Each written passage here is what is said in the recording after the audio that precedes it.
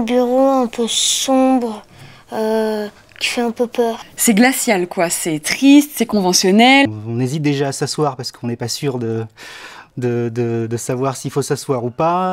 Impressionnant et je dirais même stressant, oui. Stressant. Alors quand on rentre dans le bureau, la paperasse. La tonne de paperasse. Puis les tonnes de paperasse quoi, on est noyé, il y en a partout. Et un jargon juridique très spécifique. Si vous pouviez bien me remplir le formulaire 8, 4, 12. Et nous, on n'est pas sûr de bien forcément tout de suite tout comprendre. 14, B6. Donc au début, un peu stressant. Alors ça n'est pas que ça, une signature chez le notaire, c'est surtout le moment très important où le client, l'acquéreur, devient propriétaire de l'appartement qu'il achète. Il signe son titre de propriété et c'est donc le moment important, un moment important dans sa vie.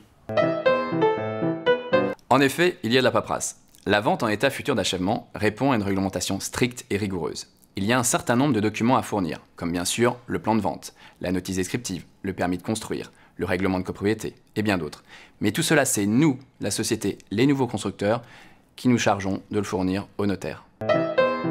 L'acquéreur reçoit 1 mois avant la signature chez le notaire le projet d'acte et les documents annexes qu'il pourra lire tranquillement chez lui.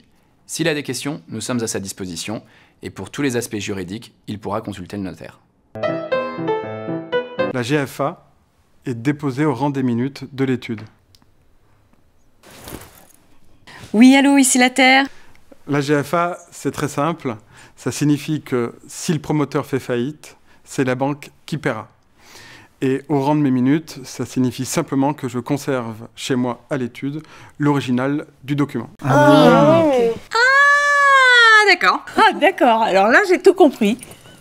L'acte de vente contient évidemment des termes techniques, des termes issus de la loi, mais nous sommes là pour les expliquer en des termes compréhensibles pour que l'acquéreur comprenne ce qu'il signe et soit parfaitement à l'aise avec l'acte de vente.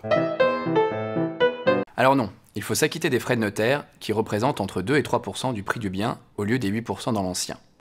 L'acquéreur réglera ses frais par virement bancaire suite au décompte envoyé par le notaire. Ah bah oui. Prêt à signer les enfants? Ouais. Ouais. Allez, go, go, go pour 20 ans, c'est parti. Je signe quand vous voulez. Tout de suite. D'ailleurs, vous me prêtez un stylo s'il vous plaît?